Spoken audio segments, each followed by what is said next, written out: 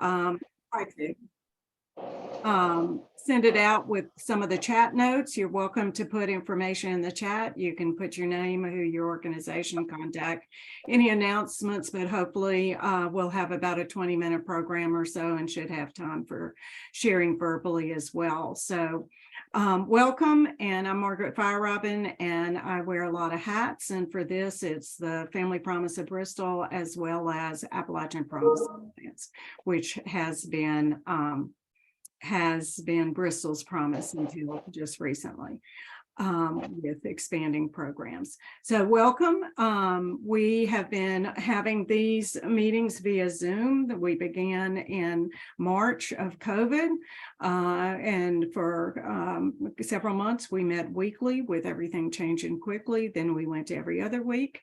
And now we are doing monthly with Bristol Coalitions as our partner that does the second Tuesday and meets hybrid now at the Envision Center at the Bristol, Virginia Housing Authority, as well as a Zoom opportunity.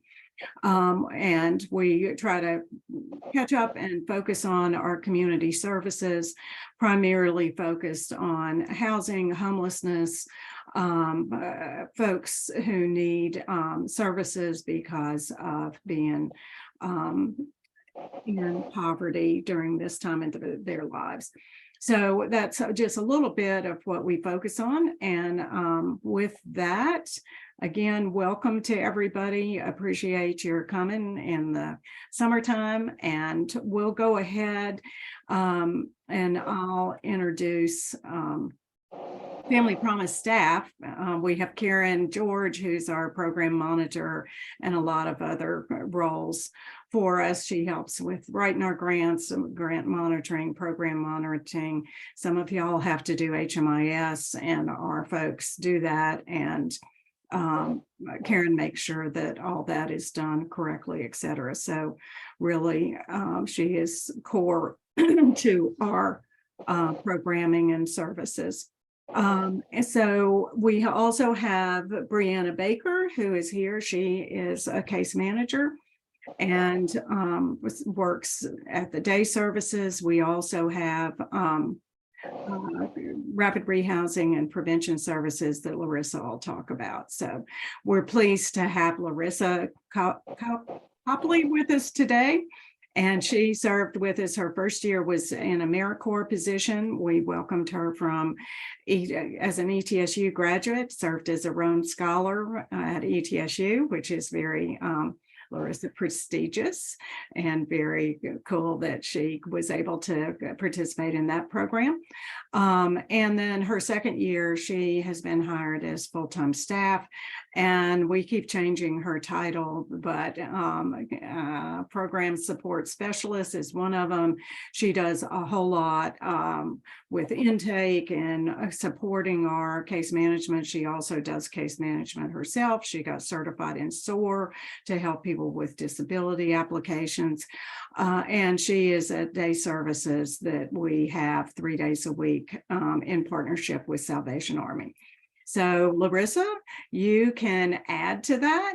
And I think Karen's going to help you screen share when you're, or maybe you're screen sharing, whichever. Hopefully you have that ability to do it. So Larissa, thank you very much, and appreciate your being here. And for some of y'all, you received an email update that we've gotten good feedback on, and we should do on a more regular basis. So we'll intend to do that in the future for what our grant status are, because it changes for what types of things we can cover. It's hard enough for us in the service sector to keep up, much less the public. So, okay, Larissa, take it. Thank you, Margaret, and thank you for everyone who is able to join today. As a precursor, I apologize if my dog is crying in the background. I don't know what his problem is this morning. But Margaret and I had thought it would be great for me to just share again what we offer through Family Promise, because like she said, some of what we are able to do changes based on the grants that we have. So I guess I will dive right into it and kind of tell you all a little bit about what we do. So we currently have 4 full-time staff, and Margaret introduced most of us already. Sam Ferguson, he is our day center director and our lead case manager. I don't think Margaret had introduced him. He's not on the call today. And then we also have Anthony Dockery as a part-time AmeriCorps right now. He serves at the day center. And then we have our volunteer directors, Dottie Havlick and Margaret Firerobin. And then we have 6 to 8 recurring weekly volunteers that surpass about 30 hours a week. Our offices are located at Edgemont Towers on Ash Street, but the bulk of staff time is spent at the day center located inside of the Salvation Army. And we are proud partners with many agencies in the area. 2 of the biggest agencies that we work super closely with are the United Way of Bristol, Tennessee, and Virginia, and of course the Salvation Army, where the day center is located. So 3 main programs that we offer right now are the Community Day Center, and then we also have homeless prevention and rapid rehousing programs. So the day center is located inside of the Salvation Army of Bristol and operates Tuesday, Wednesday, and Thursday from 9 a.m. to 3 p.m. So there are a lot of questions that were asked that brought about the day center becoming this huge part of what we're doing. So what is it like to be without housing in Bristol? Where will you sleep? Do you feel safe? Where will you take a shower? Where will you wash your clothes? How do you get mail? Where can you get your ID? Who can help you get on your feet again? And ultimately, a lot of our folks really wonder who they can really trust. So there are a lot of different factors that lead to homelessness. Some of those include lack of affordable housing. It's probably one of the biggest factors right now, as I'm sure you all are aware. Unemployment, poverty, a high number of ACEs, trauma and mental illness, and a lack of needed services, substance use disorders, and a lack of needed services for those conditions, and loss of family and community supports.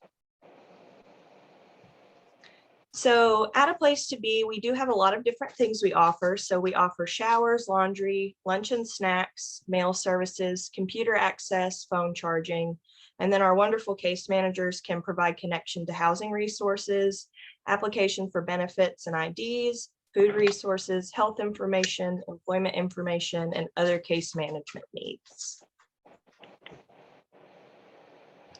So some of our partners that offer services on site include Frontier Health. They provide mental health services and intensive case management. Highlands Community Services also offers mental health services and intensive case management.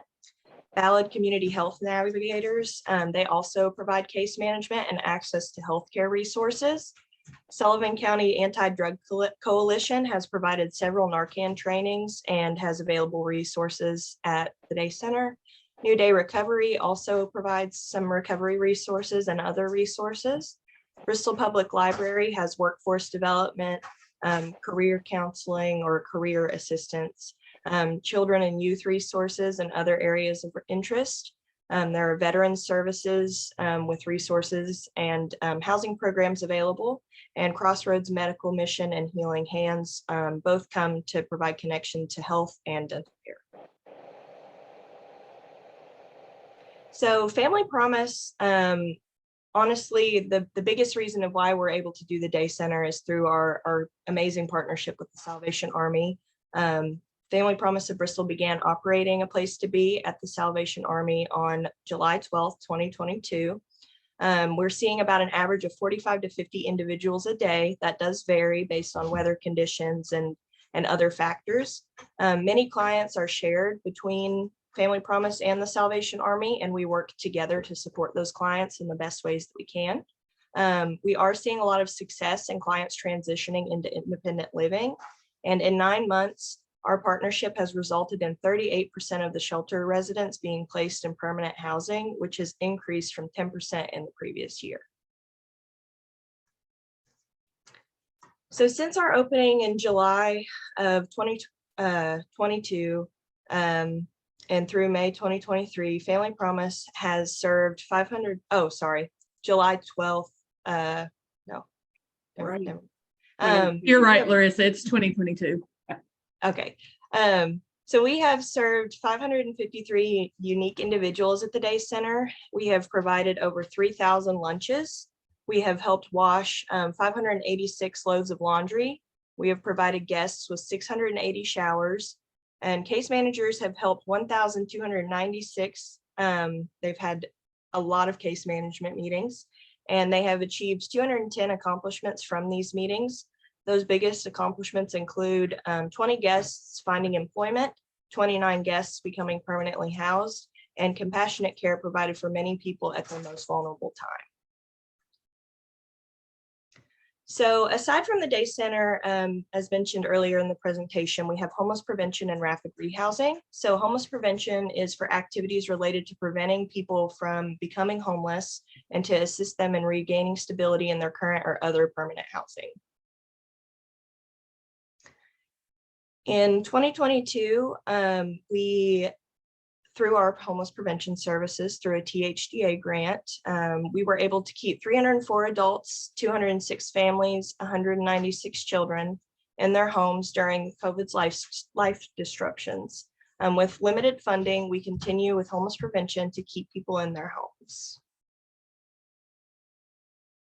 So the eligibility requirements, and this is part of the reason why Margaret and I thought it would be great to present again. They do vary depending on the grants that we currently have.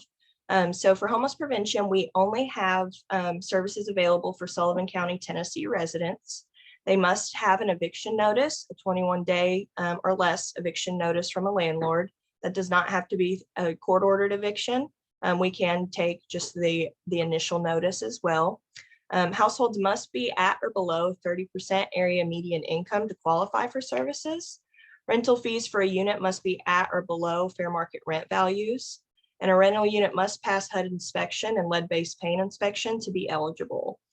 This program requires that case managers gather extensive documentation from both the client and the landlord for a household to be eligible for the program and for reimbursement to our organization. Funding cannot be used to assist clients in public housing or with Section 8 vouchers. Client must meet with their case managers monthly to remain eligible for their program, and they must recertify every 3 months.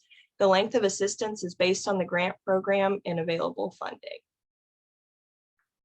So here are our current area median income requirements. They are slightly higher than they were last year. So for one person, $14,850 a year or less. And as you go through the chart, you can see it does increase in small increments as you add another person to the household. So fair market rent values, we are using the 2023 fair market rent values. So for a unit to be eligible for our programs, an efficiency must be $583 or less a month. A 1-bedroom must be 220 or 627. I'm so sorry. A 2-bedroom must be 793. A 3-bedroom must be 1,041, and a 4-bedroom must be 1,170. Rapid rehousing, that is our other housing program, and those funds are related to activities that are to help an individual or family move into new permanent housing. In 2022, our rapid rehousing services through ESG funding were able to house 37 adults, 31 families, and 2 children that were homeless during 2022. So the eligibility requirements for rapid rehousing are a little bit different. So we serve clients in Sullivan County, Tennessee with limited funds for Virginia clients. Eligible households are an individual or family without a primary nighttime residence in a public or private place that is essentially not fit for human habitation. An individual or family living in a supervised public or private shelter designed to provide temporary living arrangements. So places like the Salvation Army or the Haven of Rest.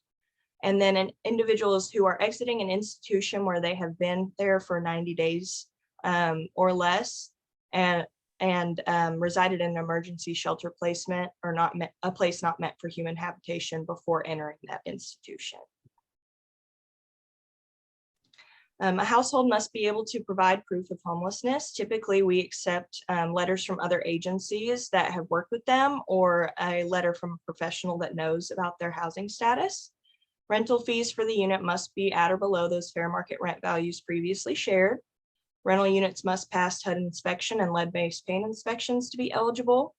The program requires the same forms of documentation from the client and the landlord to be eligible for these programs. Funding cannot be used to assist clients with public housing or Section 8, just as our homeless prevention program. And there are the same program requirements for case management and length of assistance as homeless prevention. And then these are the same values again for what we are able to cover. Does anybody have any questions?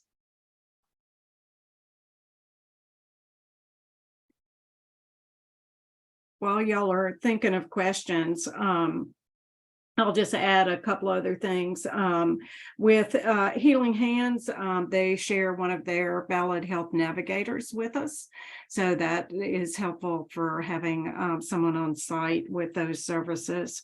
Also, another partner is Hunt Memorial United Methodist Church that does Mondays and Fridays from 9 to 3.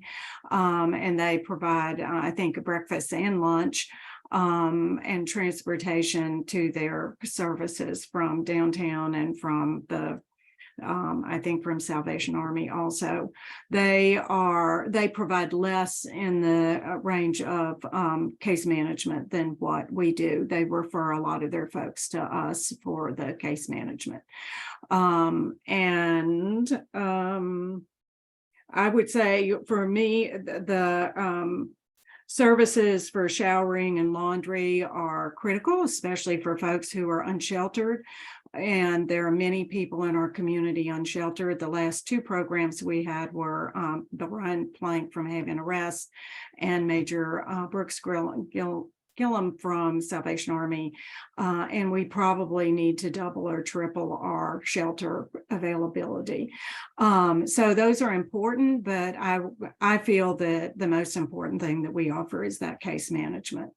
That folks can't do anything to, y'all know, improve their lives till they have IDs, and you can't have an ID without a birth certificate, and just all those complicating things that we help people work on.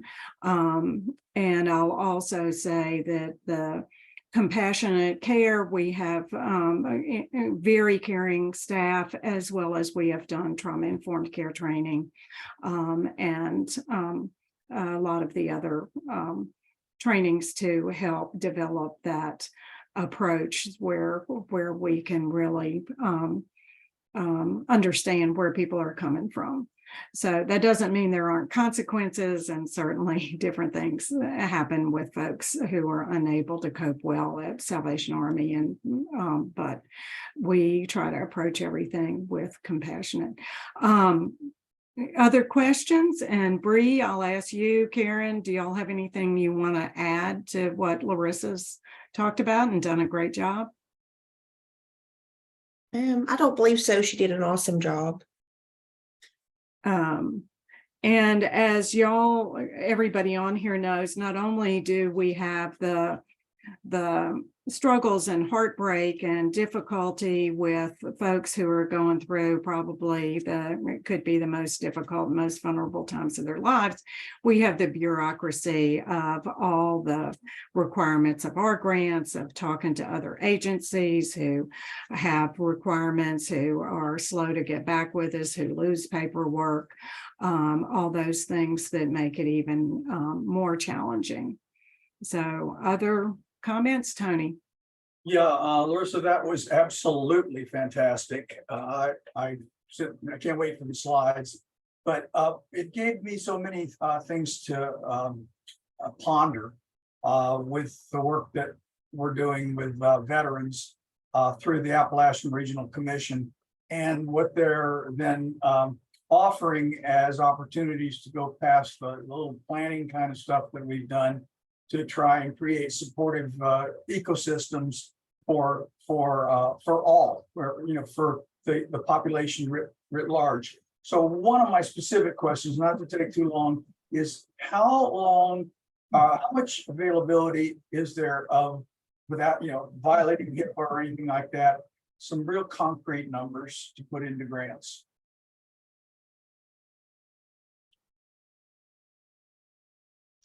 That would probably be more of a Karen George question as our Tony, can you be a program. little bit more specific? What?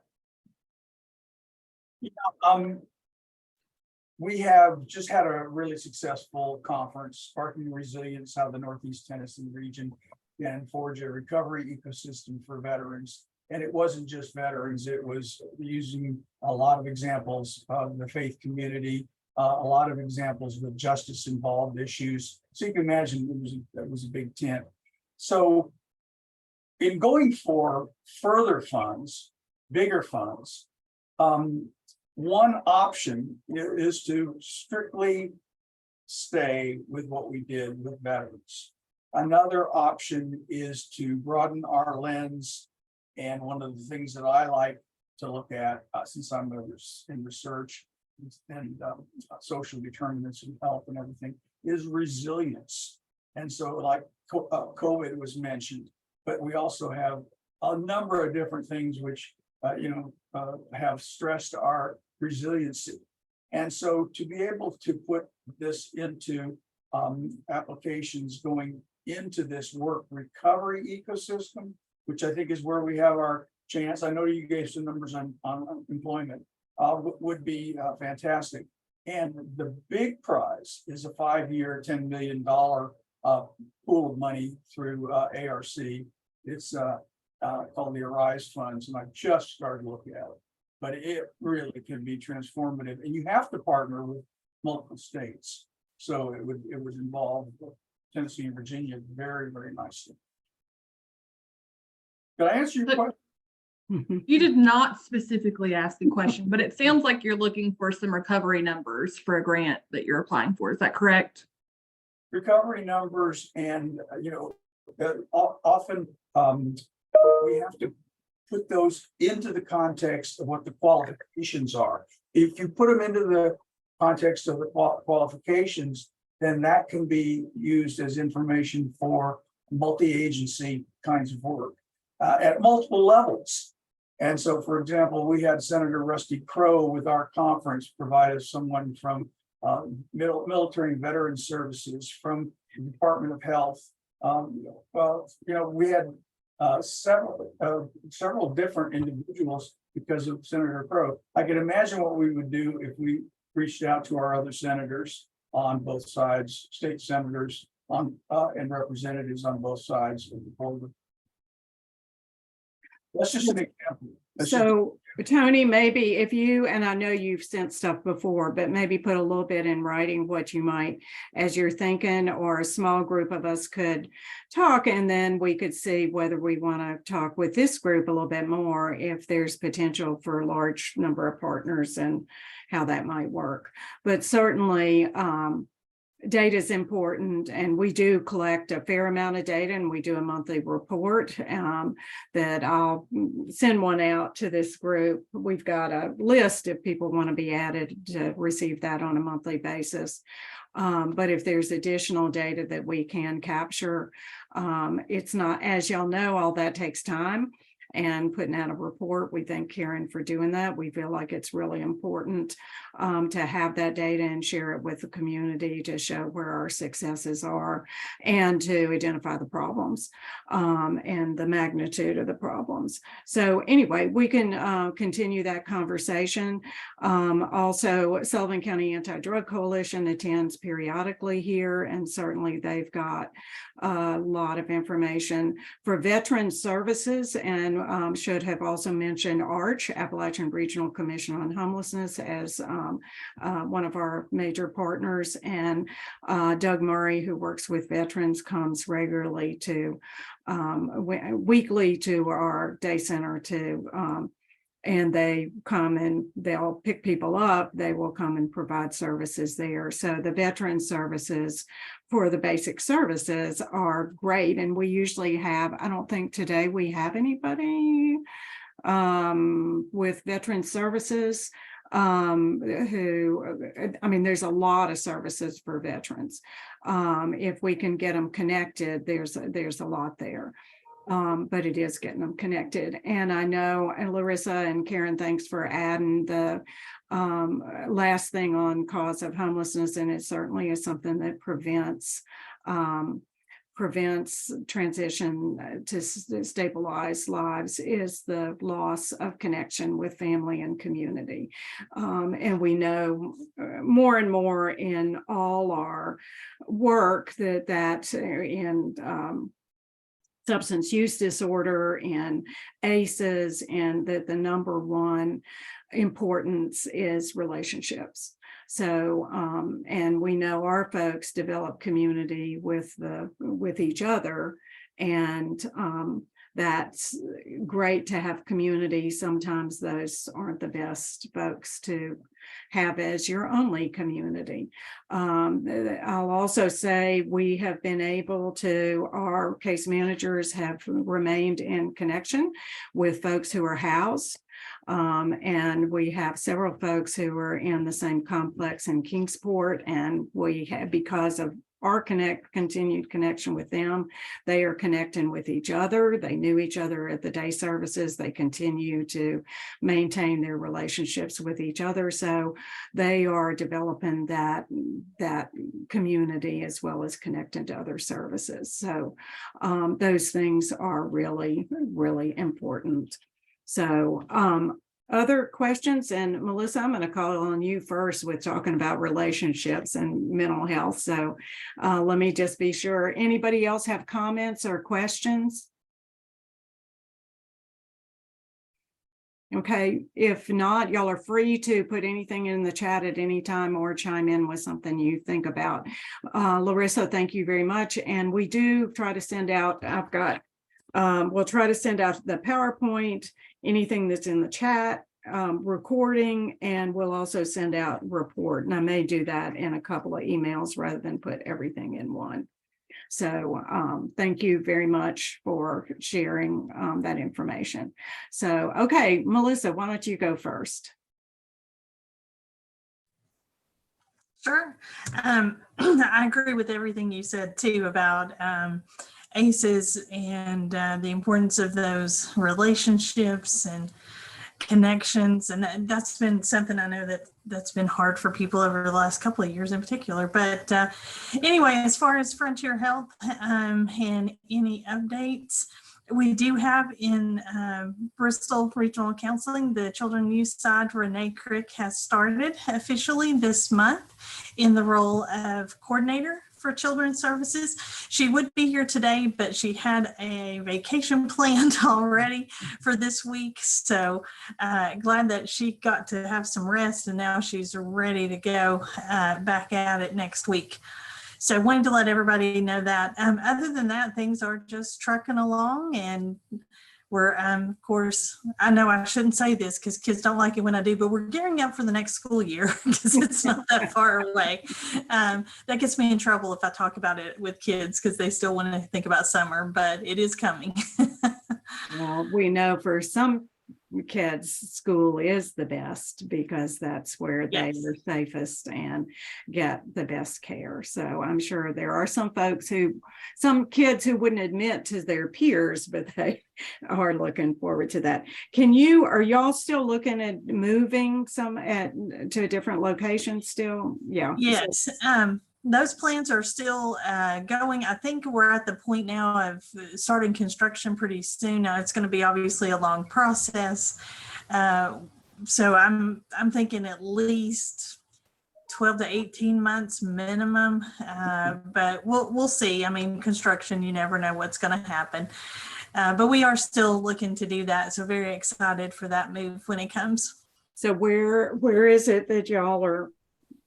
I do not have the address with me, but it's, and I'm terrible with directions. I couldn't find my way out of a paper bag if I had to, but it's off of Volunteer Parkway. Okay.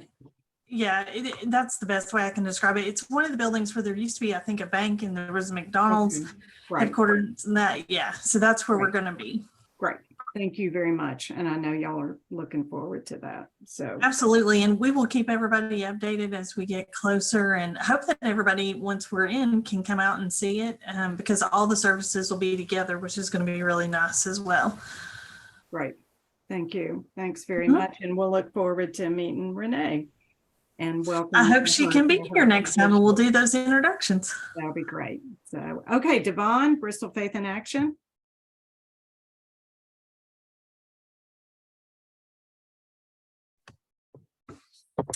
Hello, everyone. I just put a brief little snippet in the chat. We continue to offer financial assistance. It's mainly once every 6 months for housing or utilities. However, we have special programs where we can assist monthly for 3 consecutive months. And then we have an even longer term program called Heavenly Hand Up, where folks are needing additional supports and maybe life skills training and connection with resources and other things, where we can help monthly for 6 consecutive months. And in that program, they really actively participate. They have some homework. They have different things that they have to do. We focus on 7 different life domains just to fully prepare them. And so let us know if you're working with folks and they need those additional supports. Margaret, I really agree with you about the relationship. It's so important. The Heavenly Hand Up program really puts an emphasis on having a relationship with Jenny and I, so that we can help them expand on that, maybe get into a church community or family and develop healthy relationships. So we're always looking for participants for the Heavenly Hand Up, but always let us know if you have folks that need a deposit, rent assistance, utility, whether water, electric. Sometimes we have Atmos funds. Currently, we are out and referring to Bristol Neighborhood Services, but that's pretty much it in a nutshell. Jenny, do you have anything to add? I think you've covered it all. And of course, we have baby diapers and wipes that folks can access monthly. And then a little known fact is we have adult incontinent products and we have some medical equipment, and that's all based on whatever is donated. And those things are available as well. A lot of times people don't have insurance to cover those sorts of things. So let us know how we can help. Thank you. And Devon's report, as well as what Larissa said, and those, y'all know, things change. So we all need to be careful not to assume that, oh, Bristol Faith in Action can't help because they can only do twice a year. So it's important to either try to keep up with knowing or still check in, call, and it's probably better a lot of times if we call as service providers and see where things are, rather than sending our folks who are so frustrated everywhere. And they send them, yes, if we know that they can get help, but if we're unsure, we should check first and then send them to do their own work. Yeah. And to that point, Margaret, we can always, I'm always looking at a situation to see if there's an extenuating circumstance. A lot of folks that we are all working with, it's not a cookie cutter situation. Right. Yeah. And so thankfully, because we are a faith-based organization, I have a lot of flexibility. And if all of us as service providers in the community know that we've got this extenuating circumstances, or they're going to need an extra whatever it may be, Right. we're going to step up and make sure that happens. Right. So I always call Jenny or Jenny or I, and we're happy to relook at something. Yeah. Even if, I'm glad you brought that up. Sometimes maybe folks got assistance with us maybe 2 months ago, and we and they thought they're going to be okay. But they've run into a situation again and they're not okay. We want to know that. Let us have another look at that, because we have all these different programs. We probably can do something to help. And if you have an unusual situation, A lot of folks in the community come with us with some very unusual situations, and we have the flexibility where we can address those and make sure those needs are met. So always let us know if just I like your point. Don't assume just because our typical Right. parameters say once every 6 months or grace for 3 months. Let us know if you have something odd, unusual, or just extra going on. And that flexibility helps because those of us with federal grants can't Exactly. wiggle around too much. So anyway, Caroline Hawkins with Crossroads, do you want to share? Yeah, I can share. So we are still taking new patients. There was some miscommunication about that a while back, but we're still accepting new patients. So any individuals that are uninsured or underinsured, we are happy to help if you want to send them our way. And just remind us that you have hard location as well as your CAT. Yes. So our brick and mortar is downtown in Bristol, Virginia. And then we travel around to Abingdon, Mountain City, Lumpville, Kingsport, and Bristol, Tennessee. So we do serve kind of a wide range. And then we are also adding a new nurse practitioner starting in July. So we're very excited to have him on board soon so we can see some more patients. Good news. And how long has it been? Right about a year you've been at your building? Yes, we opened in June of last year. Great. So happy anniversary. Thank you. Big change for Crossroads to move from just the mobile clinic to have a brick and mortar. So it's been fantastic to have it in the downtown location, accessible for a lot of folks. Sharon Dixon, Red Cross. Hello, thank you for having us. Some of you might not know as to a little bit more of what the Red Cross does. One thing that we do once we respond out to a fire or a flood, that we also do casework, just like what y'all have your case managers do. We do also, but we do health services, mental health, and spiritual care. And then we also are looking for what the recovery needs are as far as housing. So this meeting here that I'm attending today is wonderful as far as for networking for us. We're always looking for different opportunities that we can help our clients. And one of the things that we do is if we're on a big disaster like Hurricane Ian, the Red Cross will hire people to go back into those most vulnerable communities and see what they can do to help with hunger, health, and housing.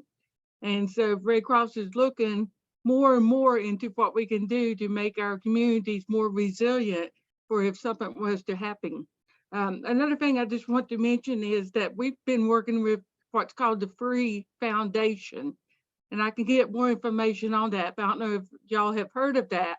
But we've been working with them and they've been able to supply us with wheelchairs, canes, walkers, crutches, and portable toilets so that we can put on our shelter trailers. We have 26 shelter trailers in our region, and those trailers will be used for if a disaster happens and we need to go out and open a shelter, that we have those cots and blankets and all. So if there's a need for medical supplies, that might be something to check into, is the Free Foundation. My volunteer has been the one that's worked to supply our shelter trailers, and I think he's been to Lynchburg maybe, and then along Richmond area or someplace and picked up that durable medical equipment for us. So that's just something to think about. Again, also we do the free smoke alarms. And so y'all have parents and all out there that might be moving into houses and might need smoke alarms. This year alone, we've been able to put in almost 900 smoke alarms and make over 1,000 people more aware about fire safety and having a meeting place if something was to happen. We also practice the fire drill too. So that's just a little bit about what's going on. And also right now we have over 600 and some people in shelters throughout the United States and Guam, and have over 700 volunteers that is responding out right now just for those alone. And that's not including house fires. So I appreciate your invitation for me to get on these meetings. They're very informative. And I really appreciate the presentation today. So thank you guys and hope you have a good weekend. Thank you, Sharon, and I know we grab you when we can. So, all right, cities, Christina and Ellen, y'all want a tag team? Ellen, do you want me to go first? Yeah, go ahead, Christina. Okay. Hey, everybody. Good morning for a little bit longer. A couple things with our funding this year. Our 2023 annual action plan has been submitted to HUD, and we're happy to say that we submitted that with a little bit of funding in there for a place to be day services. So thank you guys for your work and a really great PowerPoint, Larissa. Our income limits have changed for the program. You know, our action plan, the primary money source or where we spend our funding is homeowner rehab and rehabilitation. And income limits have changed for folks. So they actually are a little bit higher than they have been in the years past. So if you know somebody who needs emergency or substantial repairs, for either of our cities, Bristol, Tennessee or Bristol, Virginia, reach out to Ellen or me.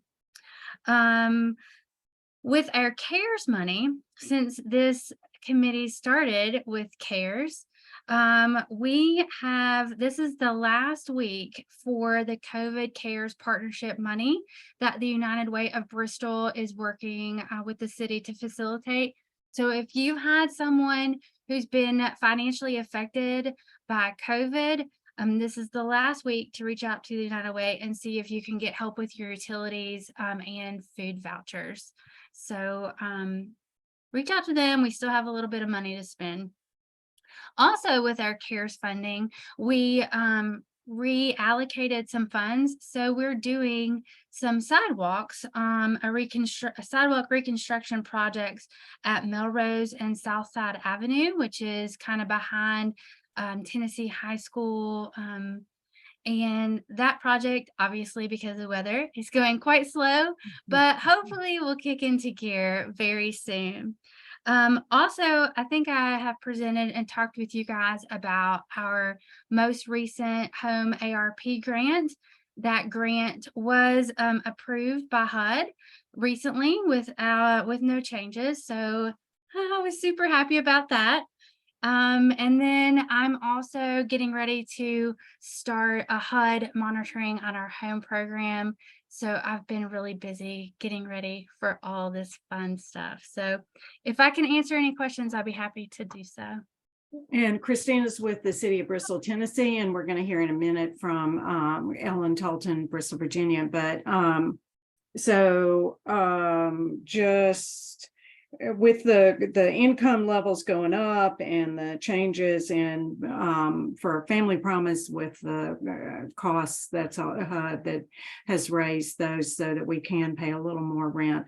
As y'all are probably very aware, the government moves slower than life.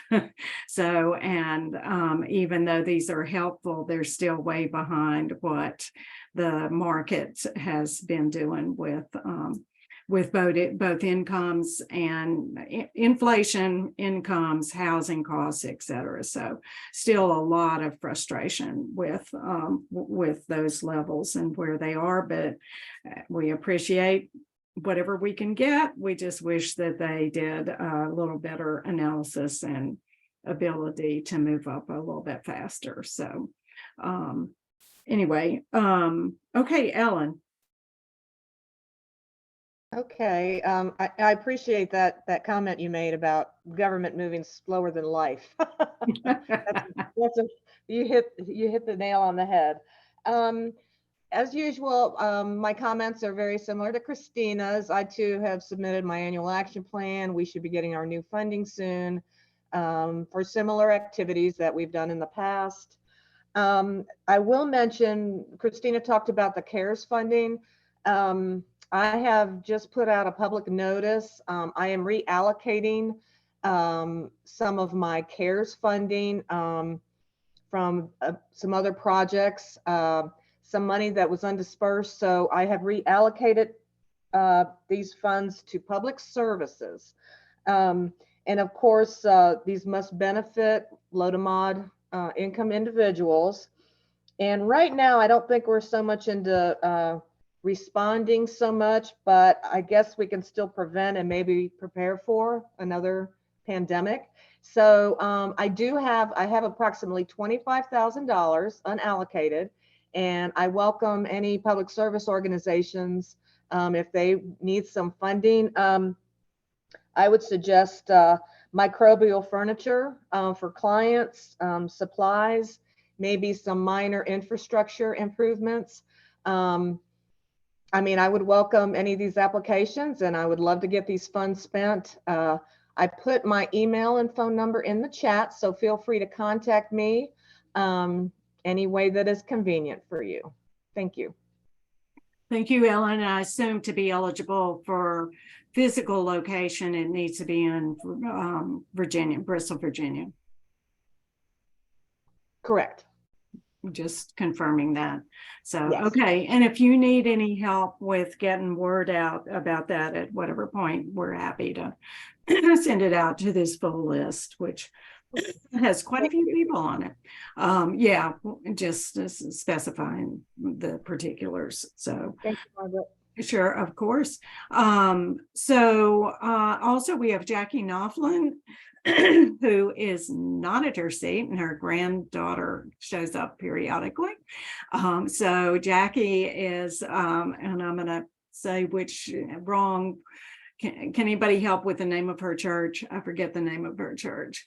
Anyway, Bristol, Virginia, and she's also a board member of Family Promise, and she has a lot of folks that she helps, particularly through her church, and she is trying to navigate the complexity of services and trying to know. She's also has a new shop that's out where next to the Harley Davidson shop on 11 that she sells wigs and hair products, and I think it's been very well received. So if y'all get a chance to go by and say hey and check out what she's got, it's pretty fun. Okay, the other thing I was just going to add, Sullivan County Anti-Drug Coalition is facilitating. I think they've had about 4 meetings.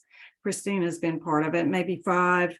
On housing, particularly focused on recovery, to try to get more recovery focused housing in Bristol. If anybody's interested in learning more about that or participating, you can let me know and we can hook you up with that. We also have Linda Austin, who attends these meetings periodically. I think a little less recently, but with having a busier schedule. She's Hands and Feet Ministry, and Larissa helped me out, Appalachian or Southwest Virginia. She's anti-drug coalition, and she is phenomenal. They have the Mended Women shelter services that opened recovery services in Abingdon, that I think they had rooms for about 70 women, and have had lots of help from the faith community getting those rooms set up and everything in shape for offering services. So that is absolutely fantastic, and a huge number of rooms that are being added. So we'll get her to come talk at some point and share with us. So anybody else have anything else they want to share? If not, I don't know yet what we'll do in July, but our next meeting for us is July 28th. So it's 4th Fridays at 11. We have done Zoom. We have not ever done in person. We might at some point, but we continue to do Zoom. And then the Bristol Coalition meets on the second Tuesdays. That is, the next one is the